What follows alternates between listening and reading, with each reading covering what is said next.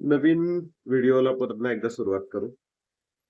आपण काल शिक्षण आणि त्याच्यामधील पेपर फुटी प्रकरण, दिल्लीचं आंदोलन याविषयी बोलता बोलता एक टॉपिक माझ्याकडनं पुढे गेला. तो म्हणजे त्या सरकारला खरं तर शिक्षण व्यवस्थाच पूर्णपणे बरबाद आणि खराब करायची. त्याच्यावरती माझं मत अजून कन्फर्म झालं. ते काय झालं, म्हटलं थोडंसं त्याच्यामध्ये वाचावं आणि विश्लेषण घ्यावं.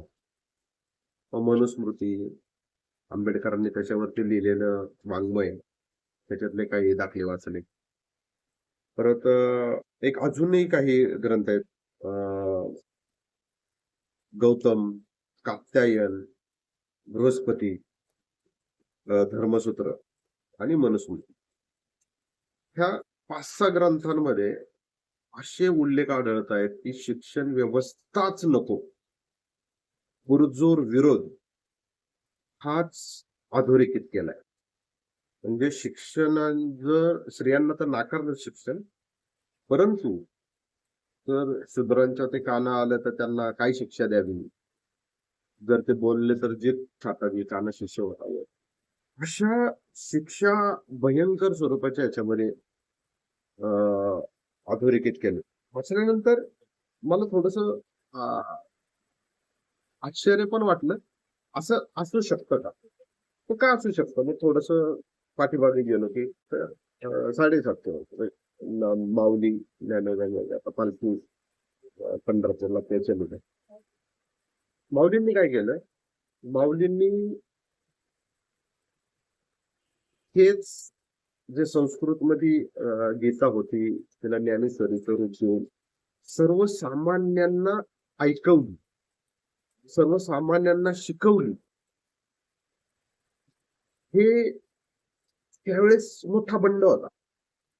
तेही त्यावेळेचे जनजी म्हणावे लागतील. कारण वय किती हो? वयाचा दाखला 19-20 वर्षाचा. अख्खं कुटुंब त्याच्यात गेलं. एवढं काम ज्ञानेश्वर माऊलींनी केलं. सर्वसामान्यांना गीता पोहोचवली. वेदाचं अमृत दिलं. हे कसं शक्य होईल? पटेल का त्या व्यवस्थेला? नाही पटलं. असं वाटत नाही, की जर पटलं नाही तर त्याचा खून करणं हा एक जबाबदारी असू शकते. त्या तत्कालीन समाजाची. तर तसं काहीतरी झालं असेल. आपल्यापर्यंत नंतर पोहोचलं असेल, की त्यांनी जिवंत समाधी घेतली. असो, ठीक आहे. त्याच्यावरती अभ्यास करावा लागेल अजूनही. दुसरा विषय. संत श्रेष्ठ तुकाराम महाराज त्यात तत्कालीन जे संत वाङ्मयातले होते, त्यांचं काय झालं? असं तर झालं नाही, की सदेह वैकुंठाला गेले. त्यांनी पण काय केलं? गीता असेल, वेद असतील, ते सर्वसामान्यांपर्यंत पोहोचवलं, त्यांना शिकवलं. अक्षरांचं अक्षर शिकवलं, काव्यरचना शिकवली. त्यांनी त्यांच्या आजूबाजूच्या मंडळींनी काव्यरचना करून देवाची आळवणी केली आणि समाजाचं प्रबोधन केलं. तेही कसं पटेल ना? नाही पटलं. काय झालं ते सगळ्यांना माहिती. ही शिक्षण व्यवस्था या सरकारला सहन होत नाही.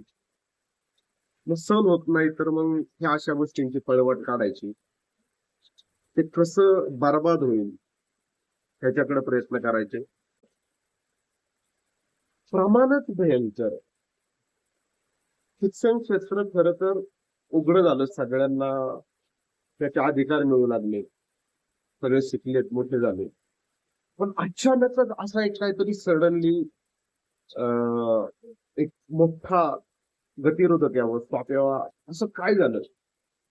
त्या 10 वर्षामध्ये पाठ्यक्रमामधले धडे, पुस्तकं, इतिहास काय मोठ्या प्रमाणामध्ये बदल करण्याचा प्रयत्न झाला. शाळा बंद, कॉलेज बंद. हे काय चाललंय हे आत्ता खरं तर लक्षात येतंय. 10 वर्ष याच्याकडे लक्षच गेलं नव्हतं. आत्ता ठरवून चाललंय असंच वाटतंय, की सगळं ठरवून आहे. शिक्षण व्यवस्था पूर्ण बरबाद करायची. या शासनाचं एकमेव धोरण आहे. आपल्याला सगळ्यांना मिळून ही शिक्षण व्यवस्था पुन्हा एकदा उभारावी लागेल. आपल्या मुलांसाठी, येणाऱ्या पिढीसाठी. माझ्या वयाच्या सगळ्यांना आज मुलं आहेत. त्यांची मुलं शिक्षण घेत असतील. त्यांच्या मुलांची काही स्वप्न असतील. माझ्या अगोदरचे असतील किंवा माझ्या नंतरचे पण असतील, त्यांचीही मुलं आहेत, काहींना नातवंड पण झालेली. म्हणजे शिक्षण हे महत्वाचं आहे. त्यामुळे त्याचं वाटोळ तर होऊ द्यायचं नाहीये. हा एकमेव मुद्दा. आपण लढूयात ना सगळ्यांनी मिळून त्याच्यासाठी. एक आठवण सांगतो, गेल्या 2 वर्षापूर्वी नीट परीक्षेचा पेपर फुटीचं प्रकरण झालं. मी गोठवडे फाट्यावरचे आंदोलन केलं. मोजून मी आता फोटो पाहत होतो, मोजून माणसं आली ती मोजून. माझ्या पोताच्या इकडं काही, माझ्या पोताच्या तिकडे काही, हातामध्ये बॅनर फ्लेक्स पकडलेले, छत्र्या पकडलेले, पाऊसच होता असा. म्हणजे किती लोकांना त्याचं गांभीर्य आहे. बाबा हो, तुम्ही आम्ही सर्वजण बेसिक शिक्षणामुळे कमीत कमी हे बोलू शकतोय, लिहू शकतोय, वाचू शकतोय. तिथपर्यंत येणारा समाज आता नाहीये. येणाऱ्या पिढीला खूप चांगल्या पद्धतीचं आणि दर्जेदार शिक्षणाची गरज आहे. बेसिक आपण शिकलोय ना.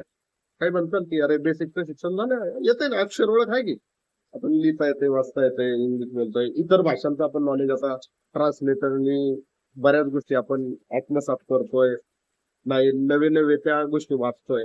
इथपर्यंत नॉलेज आहे ना, पण आपल्या मुलांना ह्याचंही पुढचं नॉलेज हवंय, जे आता फक्त विकत मिळतंय. ते फुकट कधी मिळणार? माझं तर एकच मत आहे, शिक्षण हे कुठल्याही इयत्तेत लागते, ते शासनाने फुकटच द्यायला पाहिजे. हे त्याचं पहिलं कर्तव्य पाहिजे. आणि या कर्तव्यासाठी, या अधिकारासाठी आपल्याला झाडावं लागेल. फक्त 10वी-12वी पुरतं शिक्षण, अक्षर ओळखेपुरतं शिक्षण आपल्याला करायचं नाहीये. आपल्याला जोपर्यंत आपली मुलं शिकतील तोपर्यंत ह्या सरकारने ते मोफत आणि फुकटच केलं पाहिजे, आणि ते एका पद्धतीनेच केलं पाहिजे. हा लढा सगळ्यांचा आहे, हा सगळ्यांनीच लढला पाहिजे. मी लढला पाहिजे, तुम्ही लढला पाहिजे. चला तर मग आपण मुळशी संघटना समिती, प्रोग्रेसिव्ह सिटीझन सोसायटी, जे सत्तेच्या विरोधातले सगळे गट आहेत, त्याच्यामध्ये सगळे राजकीय पक्ष येतील. म्हणजे तो उद्धव बाळासाहेब ठाकरेंचा पक्ष असेल, शिवसेना, राष्ट्रवादी काँग्रेस, शरद पवार साहेबांचा पक्ष असेल, भारतीय राष्ट्रीय काँग्रेस असेल, बहुजन वंचित आघाडी असेल, महाराष्ट्र नवनिर्माण सेना असेल, अनेक संघटना असतील, अनेक संस्था असतील, त्या सगळ्यांनी मिळून आपण आता एल्गार पेचवर मुळशीमध्ये आपण एक आंदोलन उभं करण्याचा प्रयत्न करतोय.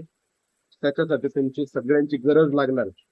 आता शिक्षण फुकटच घ्यायचं आणि कायदे स्थिरच घ्यायचं, आणि सगळ्यात महत्वाचा मुद्दा ते नियमामध्येच बसवलेलं पाहिजे. ह्या सगळ्या गोष्टींचा आपण सगळ्यांनी मिळून जयघोष करायचा आहे, आणि आपण प्रयत्न करूया, लढूया. मला तुमची साथ हवी. आपण पुन्हा नव्याने पुढच्या व्हिडिओमध्ये भेटूच. पण माझी विनंती आहे की मी यानंतर मेसेज करेन किंवा व्हिडिओ टाकेल की आपण कधी आणि कसं आंदोलन करतोय. सर्वांनी मनपूर्वक तुम्हाला सर्वांना प्रार्थना आहे की तुम्ही सर्वांनी या गोष्टीसाठी जमूयात आणि आपल्या मुलांचं आयुष्य, त्यांची स्वप्न पूर्ण करण्यासाठी घेऊयात.